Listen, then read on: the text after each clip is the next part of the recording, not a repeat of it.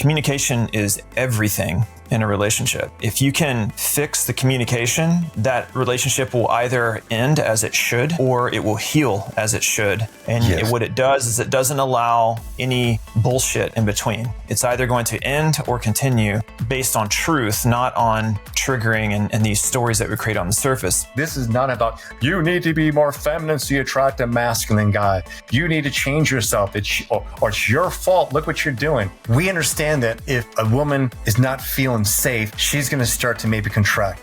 If she doesn't feel heard or seen, she's going to contract. We also know that level of safety where you literally, physically could get hurt. So you might hold your tongue and suppress that. We get that. We know that a lot of the anger that's showing up is because you've been dealing with this shit forever. There's this pattern, this behavior, or this belief or experience, I should say, from the perspective of a woman where she feels like the man is not capable of hearing an emotional conversation. In other words, when she attempts to share her feelings or express herself, she's met with either some type of gaslighting or emotional reactivity in return, or in some way that he's shut down. They don't know that there's different types of men out there. So if they're only meeting men, say off of apps, which is a very low bar, yeah, it sucks. It sucks. It's horrible. I've seen some of those text messages and how guys show up sending their dick pictures and stuff like that. Yeah. There's some real secrets to navigating this so that you can stop having that experience where you feel like you're being gaslit or that your feelings don't matter.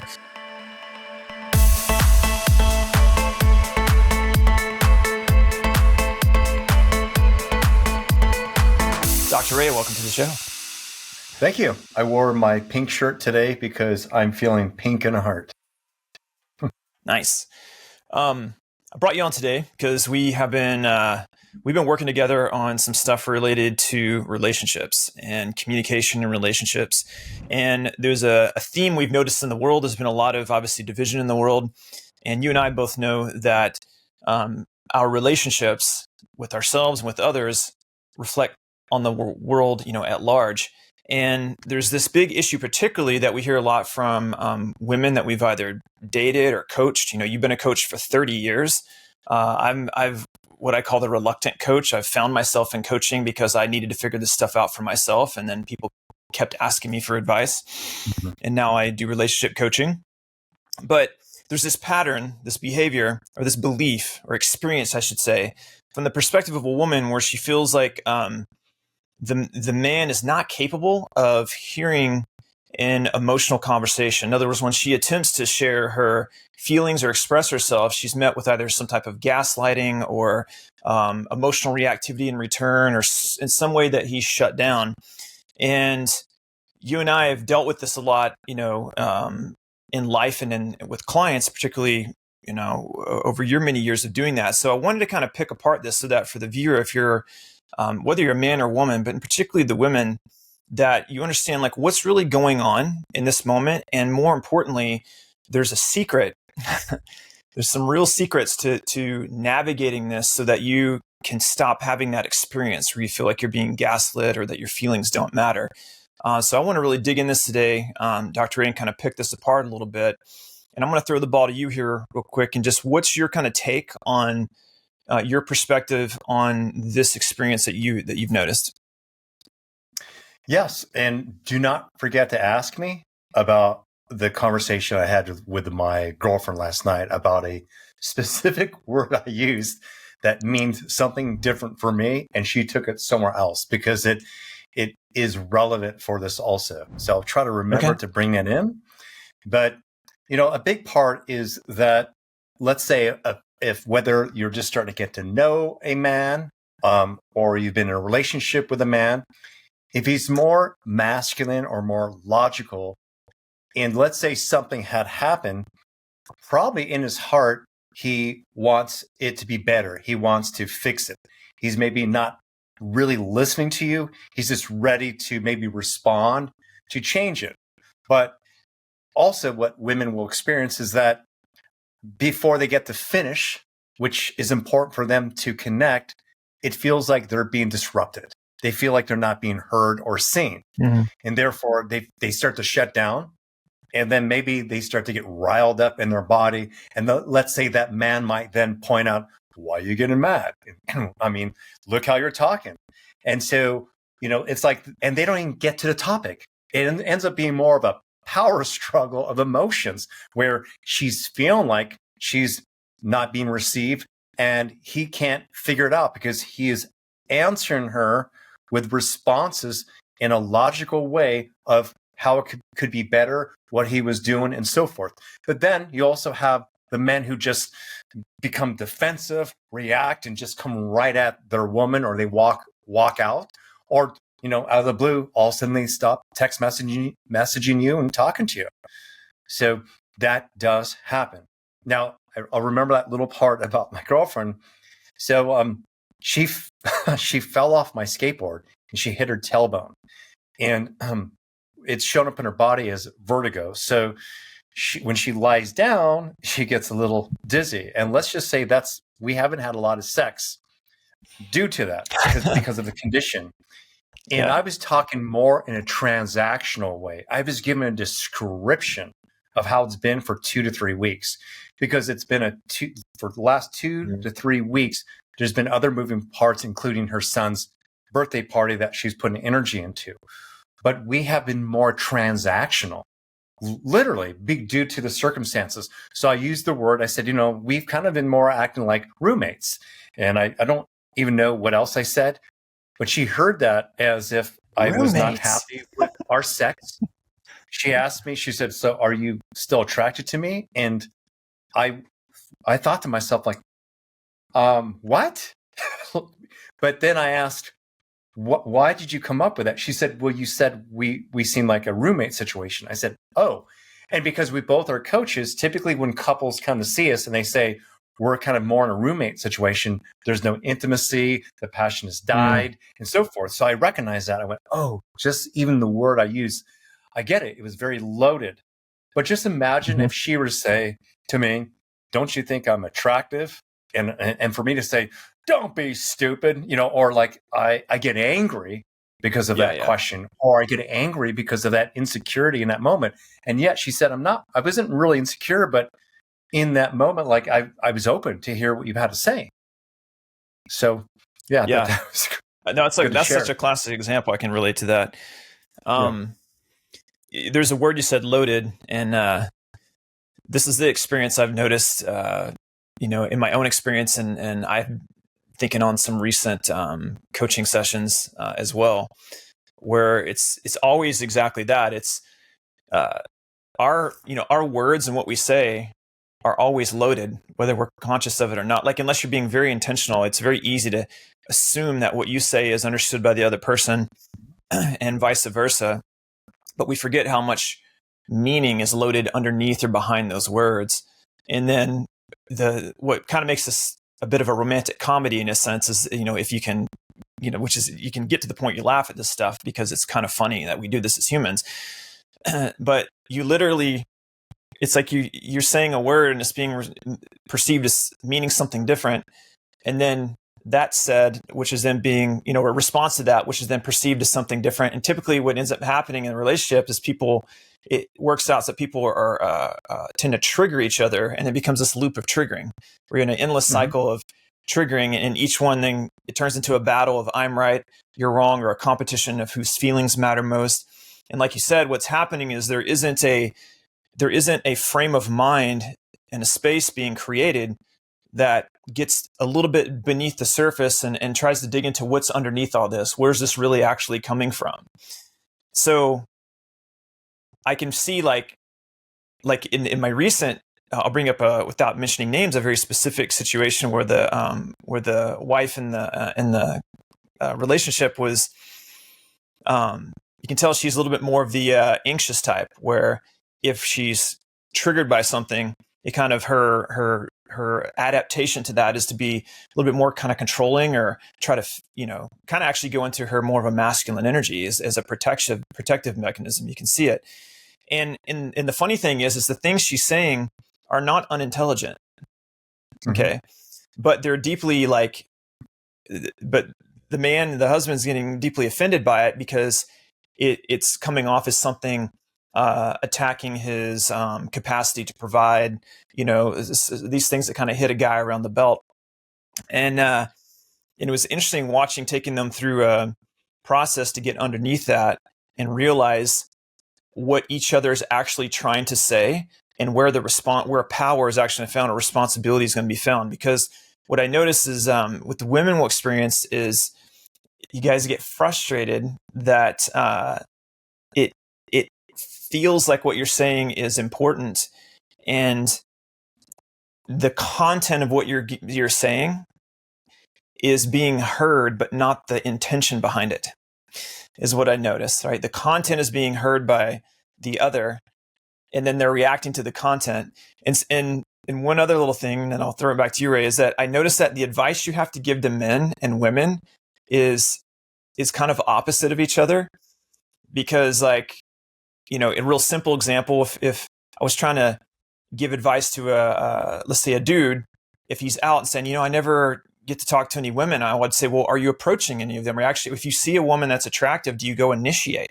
Do you take initiative and go just own your attraction and do your best? Well, no, I'm waiting for a signal. I want her to look at me first or whatever. Well, that's great when that happens. But if it doesn't, you're left hanging. You're right. You're giving your power away. I mean, you're left hanging, and then vice versa. A woman might experience like, I wish the higher quality guys would approach me. And if I was talking to her, I said, well, are you making eye contact? Are you sending signals that you're open? Well, no, I want him to take initiative. Well, that would be great if he does, but you're leaving yourself hanging. Like, there's something you could be doing to improve this for yourself too. And I find that simple kind of dynamic exists in the, in the relationship, even more importantly, where there's things that each could be doing. So with that, I want to throw it to you and say, what is it from the woman's perspective can help her kind of feel like she is back in her power, or has the ability to do something or behave in a way that can give her the best chances for these kind of things turning out in a way where she feels heard or seen? Well, if a woman is coming from a place of already feeling hurt, and she has like unhealed trauma, there's not a right thing you can say to her that will help her keep that at bay. In other words, while she might show up cool, the first couple of dates and even maybe a couple of months, that stuff is going to surface. That's what happens in intimate relationships. So for me, this already, I'm all about going inward. And the best way to go inward is to simply maybe project out there. Just say, if I were a woman, I might say, all guys are narcissists, or these guys want to control me. These guys don't really care about what I have to say. These guys, they hear me, but I can tell that they just want sex.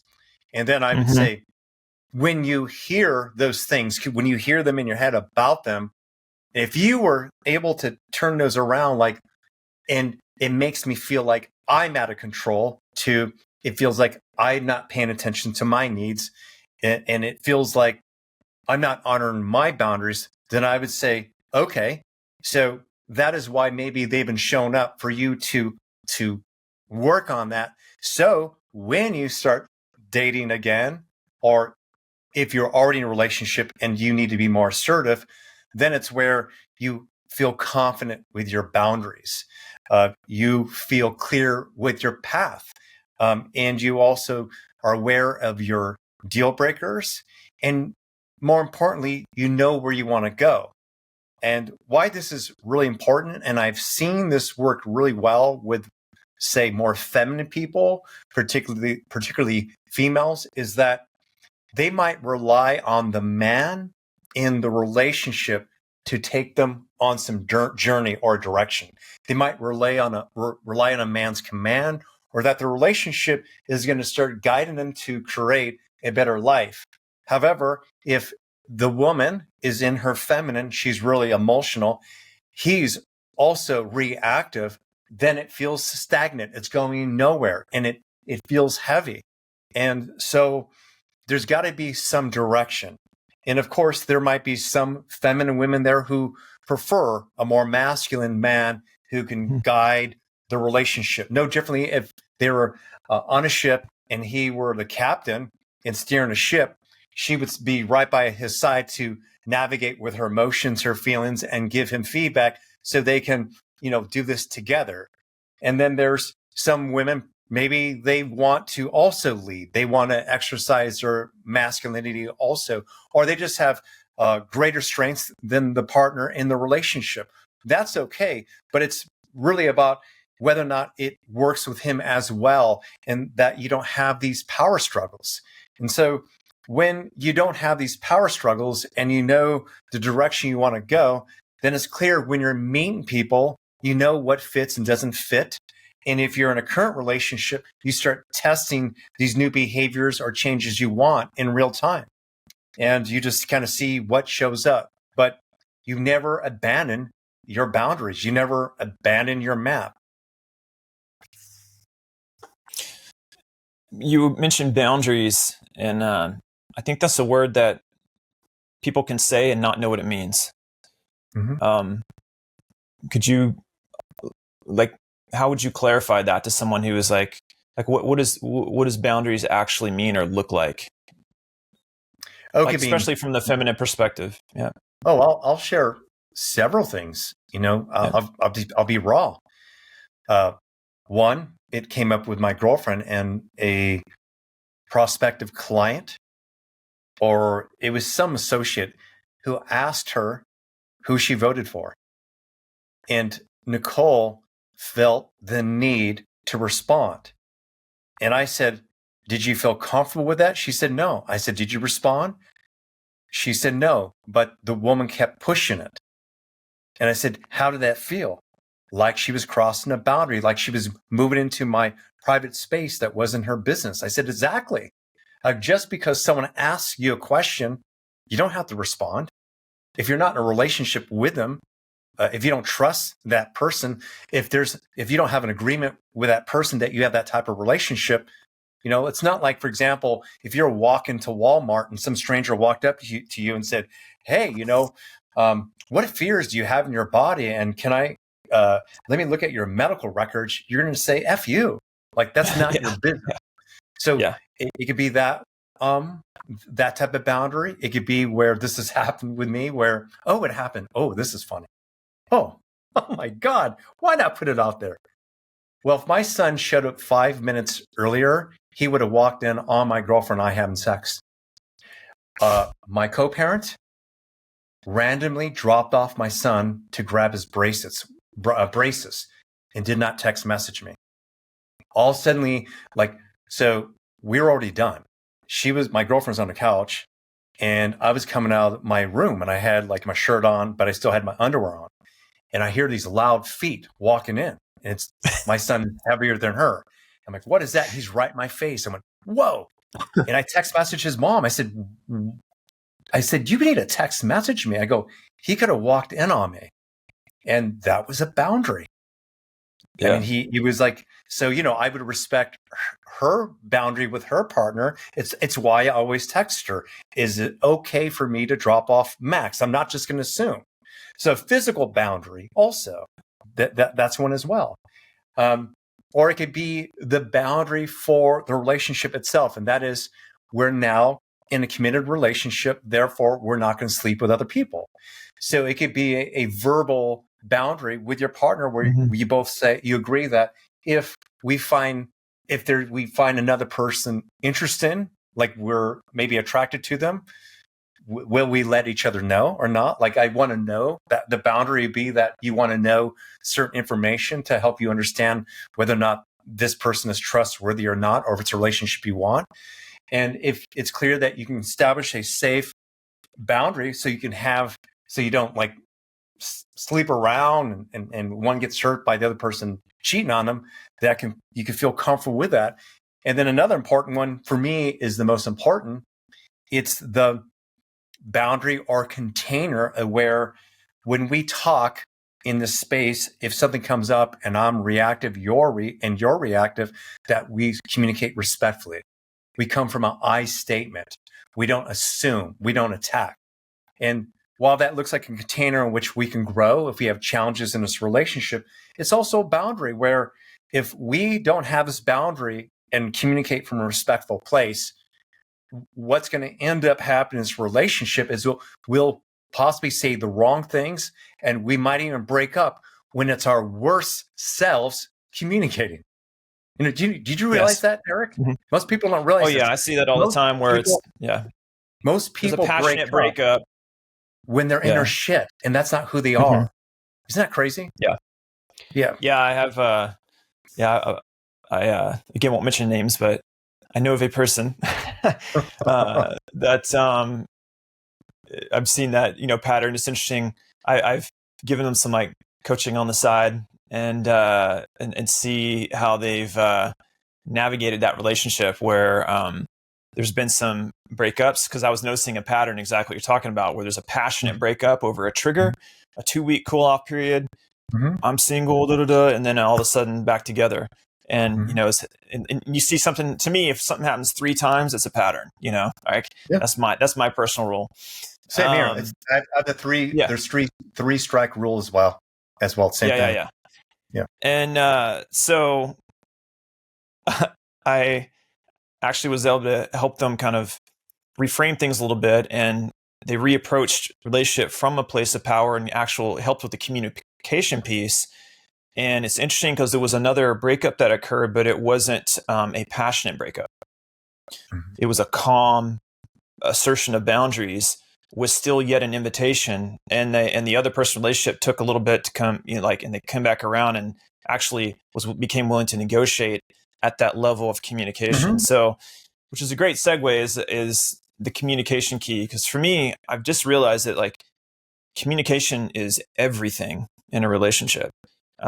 If you can fix the broken communication, that relationship will either end as it should, or it will heal as it should.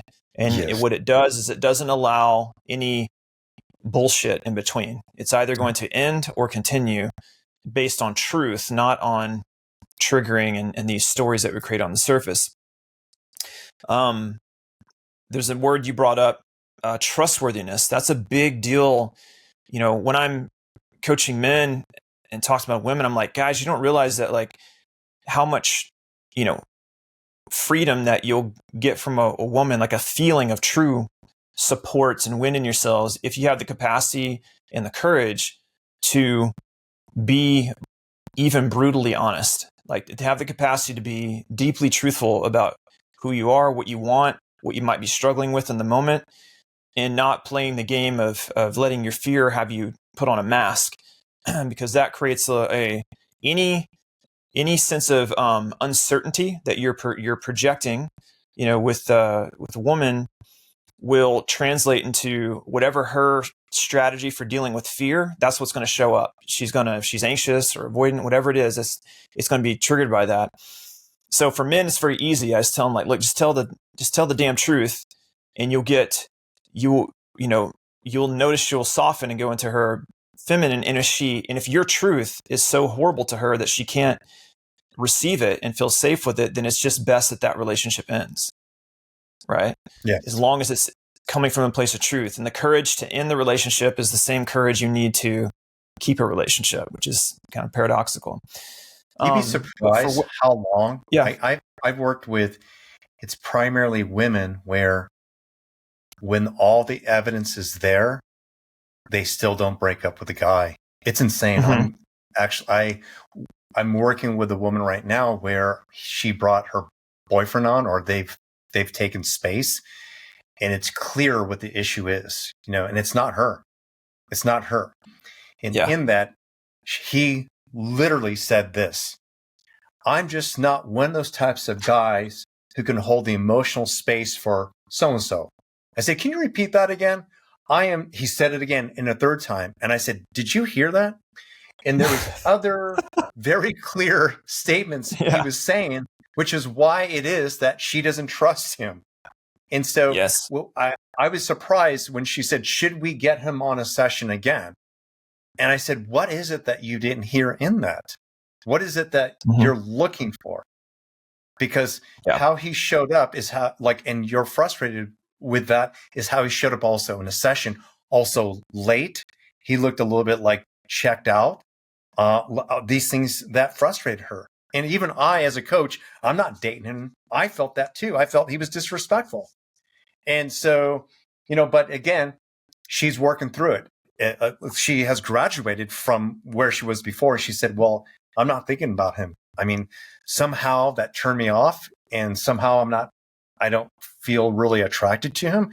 And she said, this is good though. This is the first time I'm like feeling this, and I'm just going to move with this. But, she said, don't give up on me. I'm sorry it's taken me a long time. And I'm not trying to steer her to break up. I'm trying to guide her to first stop arguing for her limitations. Number two, literally look at and listen to the feedback. And three, take the best action from that feedback and do that now. Start living the best life now. Yeah. Well, that brings up a great point, and something I've noticed that I think men have their challenges that are unique, to navigating. And we're being very heteronormative. We're being very bell curve in terms of, the classic gender roles. But these dynamics actually can play into any relationship. The principles work there. But, with the typical woman that values leadership in a man, that values trustworthiness, and it just feels good to her. Sense of abundance in a relationship is where there's truth, which can be exciting and adventurous, and there's also stability, and it will be provided for. So she feels free to be able to be relaxed, and it becomes it feels good to her to be able to then offer her version of like support and abundance in return. There's a good like dynamic that's the ideal. But I noticed that a particular challenge with you women out there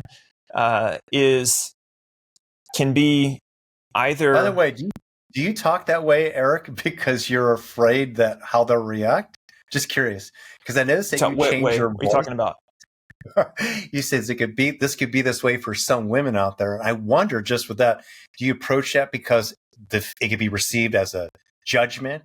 Like, do you find yourself hesitating to say it? Because when it comes to men, you just kind of go, "Man, we could be blah blah blah." But when it comes to women, you kind of go, you want to be careful. It's not coming from it's not coming from fear. It's coming from an understanding and actually compassion for what it feels like for a woman to be in that experience and not know what to do about it. And so I just want them to know that I'm coming from a place of true care and concern, not trying to mansplain or whatever. Like, I'm trying to deliver something that I think will literally, help bring more freedom and liberty in your life. So, I believe that if you win the heart, the mind will follow. And it's important to lead with understanding before just trying to shove truth down someone's throat.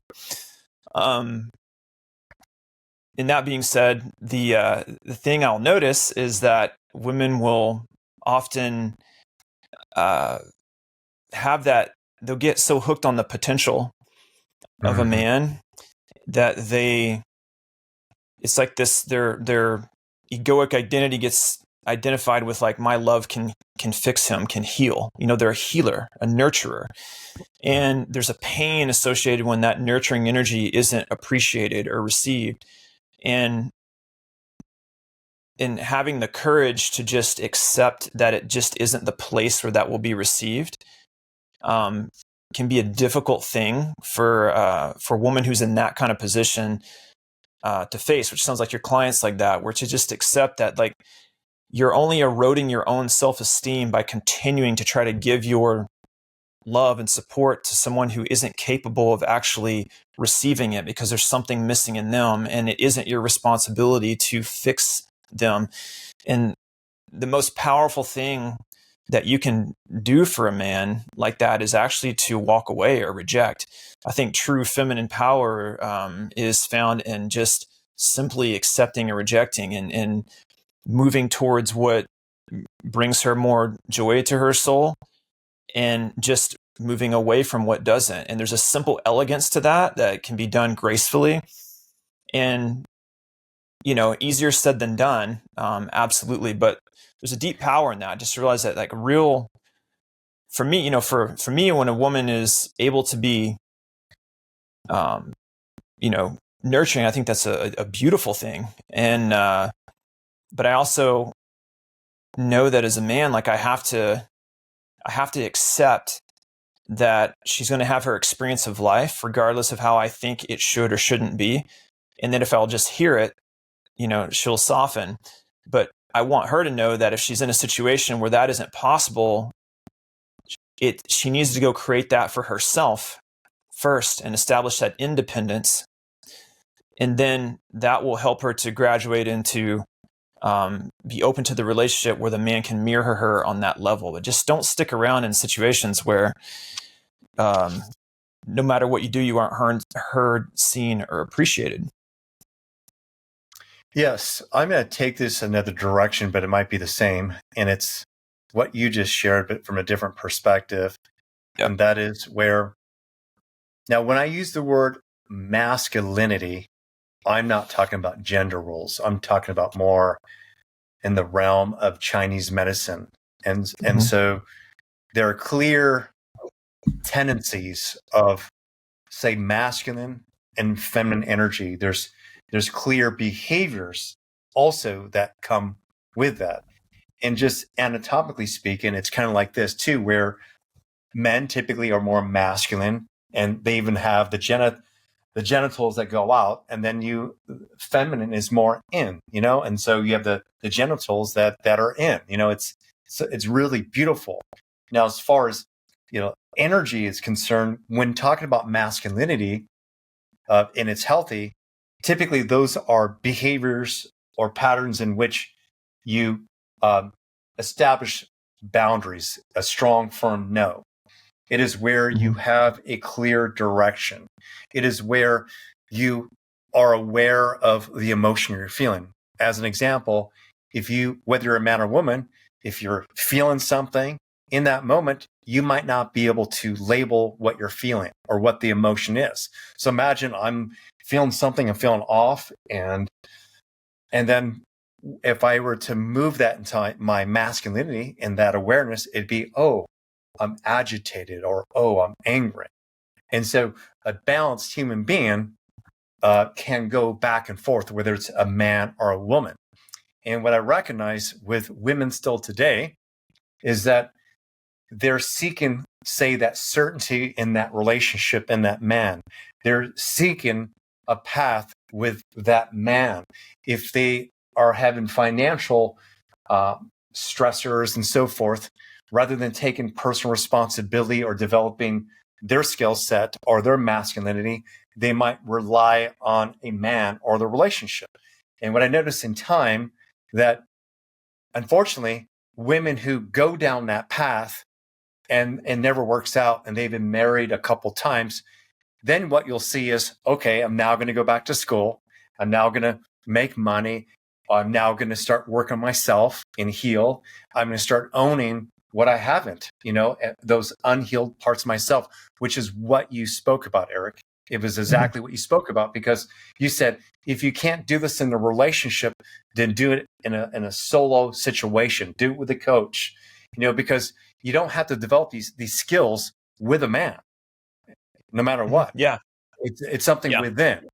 So it would be practicing boundaries just first with your female friends or your male friends. So when you do enter an intimate relationship, you feel more comfortable with it. You can practice.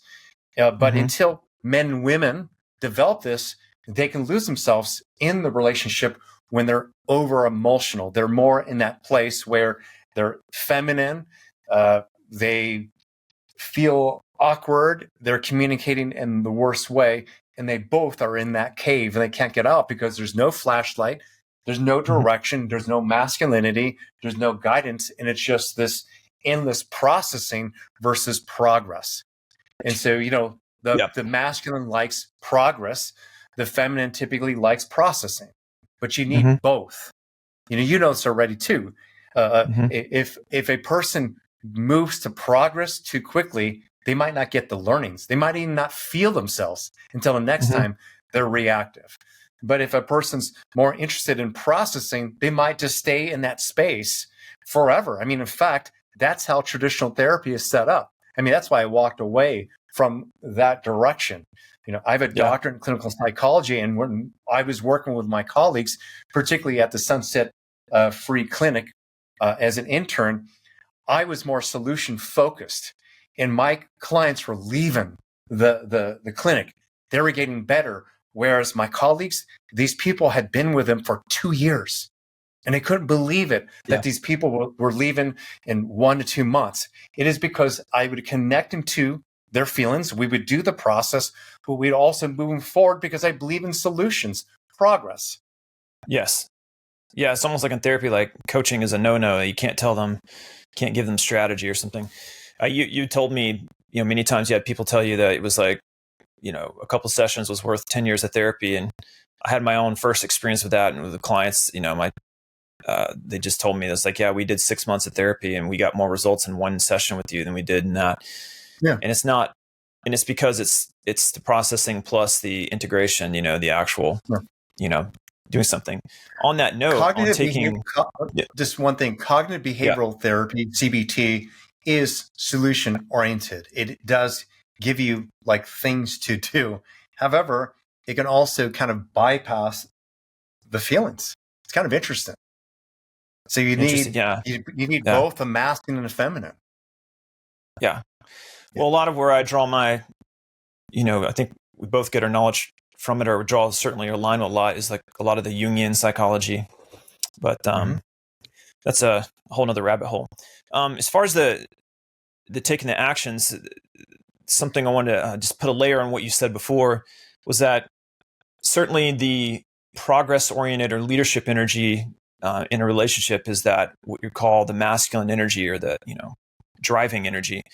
And sometimes it's not, I think a little nuance I want to insert here. It's not that energy isn't present sometimes. It's actually sometimes that, or what can weaken that energy is not knowing truth. Actually, if you don't know how to do something, you're going to be met with the feeling of uncertainty, doubt, fear, and the emotions that come along with that. So this is why it's so important to understand that there's been timeless wisdom on how to navigate relating and communication that are based on principles of how reality works, how our minds work. And there's certain actions and skill sets and recipes, if you want to call them, that you can insert into your life and practice that will help you experience the truth of it and actually give that healing or that forward, progress for a person. And I know you and I are very much into that. I want to shift a little bit here, and we have a workshop and a program that we're running called Relationship Rescue. And we're going to be doing a series of workshops. And the first one is on the subject we're talking about today, which is, what do you do if you're a woman and you're constantly having this experience of men shutting down? What do you think, Ray, like the value, like from your perspective, what do you think is the biggest hurdle, the biggest stumbling block for the woman in getting through? I know we've kind of talked a little bit. I just want to hit the nail on the head really again, just to reaffirm that. What's the biggest stumbling block for the woman in moving into a reality in which she has men in her life that actually bring that trustworthiness and that energy? What's the big catch, do you think, for them that you've seen? To move in that direction, or what stops them from attracting that guy? What stops them? What's the snag? Yeah, the stumbling block. Well, first off, it's this. They actually have never even probably heard guys communicate the way that you and I communicate. That would be an example. Like, they don't know that there's different types of men out there. So if they're only meeting men, say, off of apps, which is a very low bar, yeah, it sucks. It sucks. It's horrible. I've seen some of those text messages and how guys show up sending their dick Mhm. pictures and stuff like, Yeah, you know, I have sisters. and I hear it. Yeah. Yeah. yeah. And so it's like so first step would be there are different types of men out there. There's that. Number two, this is where it gets a little tough, and I can trigger some women out there. There's a point where women get so jaded about the men out there that it's all that shows up. It's all that they see. It's all that their girlfriends are talking about. And I believe in law of attraction. So I'm not saying, and again, a woman's going to hear this and they might say, are you saying I attracted this? Blah, blah, blah. Well, I would reframe it by saying, if you say all men are pigs and all the men that are showing up are pigs, then what if you're just a powerful creator and manifester and they keep showing up? Because I would say this, well, you don't have to believe me, but if we were to shift your emotions a little bit and you were to feel more positive and you were to go out with an open heart and a glow coming through your eyes, how would that day maybe be? Well, I've had women do that. And all of a sudden they're like, oh my God, I met some cool guys. I went, well, because you felt good about yourself. So that shifts it. Number three, this is a deeper one. And that is this. There actually are a lot of unavailable women out there. There are a lot of women out there who are part of the same collective, which I am also, and you're tired of being told what to do. You know, you're jaded of all the lies. Look at the poor leadership we have, you know, even in the government. And so like that could be part of your psyche.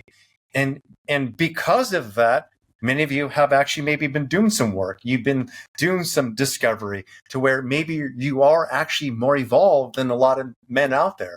And so therefore you're like, I don't want to settle, you know, I'm comfortable with my sensuality. I'm comfortable going to the movies alone. But is that what you really want? And what you maybe really want is a guy can match you, be at the same level as you. However, that could be more challenging, but it also could be more challenging if you believe they don't exist. And there could be some strategies and of ways you're showing up that deters you from, you know, calling that man in.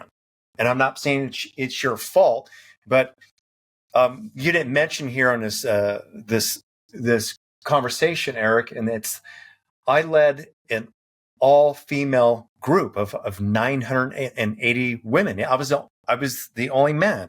I put it together, and they are all like badass CEO type of women. The boss babes and so forth. And majority of them wanted to be in a relationship. Majority of them would surrender in their feminine essence if they could really trust the man. It was there. So I know this, but it's more like now it's where, can he do this better than me? If the answer is no, then you might step in and take control. If you have seen most men not follow through, you might have 1 foot in and 1 foot out. Therefore, you appear unavailable. I mean, I noticed that with these strong women that they're showing up with their survival mechanisms to not be hurt rather than that space. I'm open and available. Yeah, I think, you know, there's, as you're speaking, there's like two categories of women that come to mind.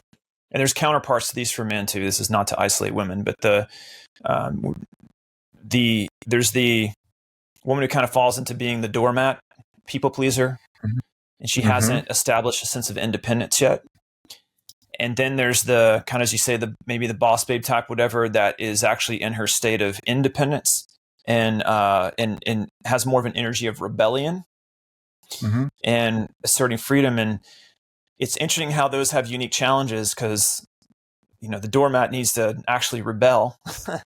But when you're in a state of rebellion, you're not done. You need to rebel towards truth that will help you get what you want, not rebel towards that jaded, where you become so jaded that you believe that there isn't any possibility. And I think that's what we were wanting to do in the workshop, is share what is some of this timeless wisdom that's been passed down through the generations that is echoed in modern psychology. It's very grounding. It's very simple in concept, and just takes the courage to act on. But I think our our belief is, in our experiences as coaches and in our own lives, is that if you can be in an environment where you can learn this without any like mansplaining, or you being made to be wrong about what you feel or whatever, as long as you have enough willingness to say, I I I still believe, there's a part of me that believes in an emotionally available relationship and trustworthiness, that is still a possibility. You can hold, if it's even 1% of hope, that there's good men out there, that there are real tools, and there's very specific things that we just can't get into in full detail, like on a podcast format like this. It kind of needs to be a one-to-one thing. And so what we're doing is we're creating this workshop experience that's 90 minutes, where you guys can attend, and you'd be there with other women as well, and potentially some men. But this is particularly leans towards, we expect probably more women than men. I mean, it'd be great if some dudes showed up. Language women, did we? It does say women primarily. So yes, we actually don't expect any men, but who knows? There'll be at least 2 there. The point is that it is a space that's, to use the cliche term, it's a safe space. It's a space where you can share and even vent some frustrations, but we're going to direct it towards truth and just share things that work from a place of like, I'll share my reason for doing this is that I know that women have so much to offer. And when a woman has that, she knows she's in an environment where she can truly bring her, her beauty forward, that your world and the world becomes a better place. And so my personal mission is to represent, like to share truth and represent the type of, to the best of my ability, and I have my flaws, to be the type of, man and person that says, hey, I see your beauty, and I want more of that in the world. It feels good to have that in the world. I'm doing what I can to, coach men and all that, but we have things to share with the women, that can be very, very helpful. And not that you don't have any, are like completely lost in life, but these are just like things that I'm still learning from this every day of my life. As I reflect on these things, they're constantly teaching me. And so it's beautiful truths. And I think we just want to share those, with people out there, which makes me wonder, what's your passion behind this, Ray? Well, what's your big why? Similar to you, but I will share something where it really comes from. And so my grandmother and great aunt were part of the women's suffrage movement. And my mother walked away from her first husband and had to leave her first son because she was in a Japanese culture. And my dad's mother, my grandmother, her husband died very young. And he was like, my father was 2 years old when he died. And my grandmother became an entrepreneur. She had to work a second job to take care of the kids. And so my lineage is connected to really strong women who persevere. At the end of the day, they persevered, they did the right thing, they followed through, and so forth. And with that being said, I've also experienced with my mother a really beautiful, unconditional heart, but also her strength. And in some ways, probably every woman I've ever dated, in maybe some shape or form, I've compared them to her. She was very attractive. She danced. She wouldn't let my dad walk all over her, and he was a Marine. She was very strong, but also would still be really, really feminine and loving. And so I've seen firsthand what a pretty grounded, feminine, strong woman looks like. And most of my life, I've dated women like that. And it's not like I want to make my female clients feel bad or other women out there feel bad. But when you have a conversation with, like, my girlfriend's pretty awake, she's a coach also, and then we hear how other women struggle, say like this one really strong woman who is waiting for this man's potential, it doesn't make sense to us. And when I know women learn how to embody the strength and they develop the ultimate trust, they know they'll feel good, they will be confident in or out of a relationship. And if more women were able to step into that space where they had this ultimate trust, I just think that beauty would show up on this planet. You know what I mean? Like, I just think that it would make this our society more balanced. I mean, you and I agree that it's far more like masculine or the negative patriarchy. And so, in a way, we're trying to bring balance to this planet. You and I are pretty balanced in our masculine and our feminine, but we know our society, there are extremes. There are extremes. There are. It would be great. It's very polarized.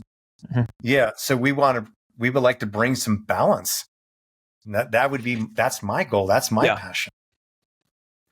I can you're like one of the only guys I can have a conversation with. This is an example. You're a straight guy. I'm a straight guy. I don't talk to a lot of guys like you. And I would love to start meeting more guys like you.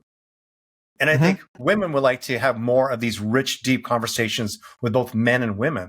And if we did, we actually would not be in a position that we are as just as parents, as humans, or whatever. I mean, like, we would flow. We would have fucking rich conversations where we can expand. Yeah. No, there's a joy and a freedom in it. And I'm first admit I'm human as fuck, like I have my shadows, I have my fears, I have all the challenges of any, human would have. It's not about like arriving at some place where you've overcome every single one of those. It's about knowing what the path looks like to continually grow and even if it's just gradual, you have a continual sense of progress in your life, and to be able to share that with another person, whether it be a friend or in a relationship. That's like, that's when, if you look at longevity or look at the quality of a relationship, which I think, funny enough, the quality of a relationship actually isn't dictated by how long it lasts or doesn't, but by how much growth occurs whenever you're together, whether it truly is a synergistic win-win, because ultimately all relationships change and end, or they die 1,000 deaths and reborn 1,000 times. It's just how it is. So there is a way. There is time-honored truths out there, and if you guys are interested in that, or you ladies are interested in that, I'll pop a link right here, and you can check out our workshops. We'll do these on a rotating basis. So just if it's not at the time you're seeing this, if it's not like coming up, there'll be a way to put your name on the list to get notified.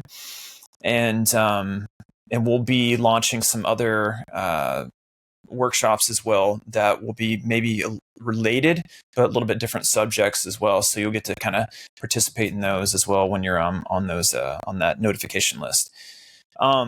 Any final? Let's talk about that. Yeah. That could be healing a heartbreak. It could be maybe healing like stuck relationship trauma. It could be things like that. I mean, we have different how to show up as the most irresistible person in the room. I don't know. Yeah, the magnetism.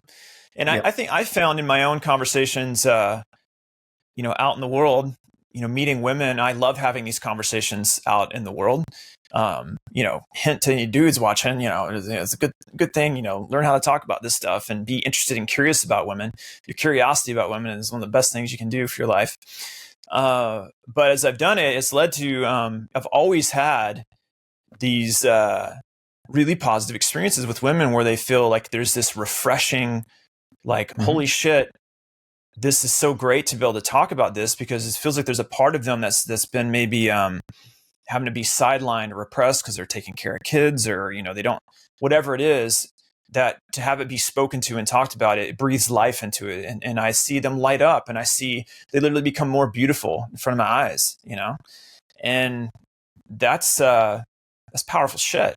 So, that's the vibe that we're wanting to create in this experience, along with the educational component of like, now and do this, try A, B, C, and D, and watch you get different results in your life. That's something we should emphasize on, how it can be different as well, Eric, because I've been a coach for 30 years. I've coached a lot of the coaches out there, and I've seen the material that's out there, and I've heard them, and I've had my female friends let me listen to it. And I've heard some like coaching where it just sounds more like commiserating about what sucks and it's not working, or it's like all heart-based. Just it's more, I notice like in the realms of where it's more like a ceremony, where there might be sound bath involved, to breath work, all great stuff to open you up. But then what? Are you being given a challenge to try something? Did you integrate it in a correct way? Are you walking away feeling really heavy? And I think how we're different, at least our perspective, it's to do that and create a map. And that's how it would be different. And the other part is this as well, because there are the polarity coaches out there. Oh my God.